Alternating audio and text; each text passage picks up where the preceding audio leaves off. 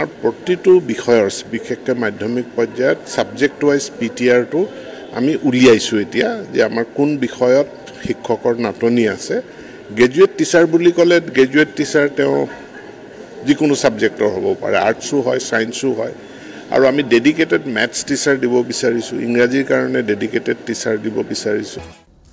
আৰু এটা সময়ত ধাৰণা আছিলে যে ছায়েন্স টিচাৰ হ'লেই হ'ল, সি অংকও পঢ়াব, সাধাৰণ বিজ্ঞানো পঢ়াব।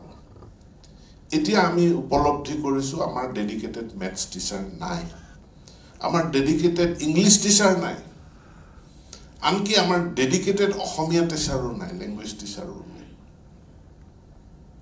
এইকেইদিনত আমি maths teacher, dedicated maths teacher, য'ত অকল মেথেমেটিক্সৰ গ্ৰেজুৱেটজনে তাত এপইণ্টমেণ্ট লাভ কৰিব পাৰিব, তেনেকুৱা পোষ্ট আমি এতিয়া ক্ৰিয়েট কৰিবৰ কাৰণে গৈ আছোঁ। আমি সায়েন্স টিচাৰ বুলি ক'লে টিচাৰজন আমাৰ সায়েন্সৰ নে মেথছৰ সেইটো আমাৰ আগত উল্লেখ নাছিলে। যেতিয়া এডভাৰটাইজমেণ্ট হয় সায়েন্স টিচাৰ বুলি হয়, বা ইংলিছ টিচাৰ বুলি আমাৰ কোনো এপইণ্টমেণ্ট নাছিলে।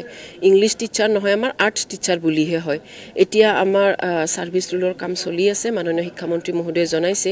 গতিকে বিষয়ভিত্তিক শিক্ষক নিযুক্তি যাতে হয়, এতিয়াৰ পৰা সায়েন্স বুলি ক'লে সায়েন্স মেথছ দুটা পাৰ্ট কৰা কথা তেওঁ ভাবিছে। আৰু ইংলিছৰ বিশেষকৈ ইংলিছৰ টিচাৰ হিচাপে আৰ্টছ টিচাৰ নহয়, আৰ্টছ টিচাৰটো থাকিবই, ইংলিছ টিচাৰ হিচাপেও নিযুক্তি দিয়াৰ তেওঁ ব্যৱস্থা কৰি আছে। অতি সোনকালে হ'ব, ছাৰে জনোৱা মতে আমাৰ নতুন ছাৰ্ভিচ ৰুল আলোচনা হৈ আছে। নতুন ছাৰ্ভিচ ৰুল ওলাই আহিলেই আমি এইটো বৰ্ষতেই হয়তো এডভাৰটাইজমেণ্ট আমাৰ ওলাই যাব।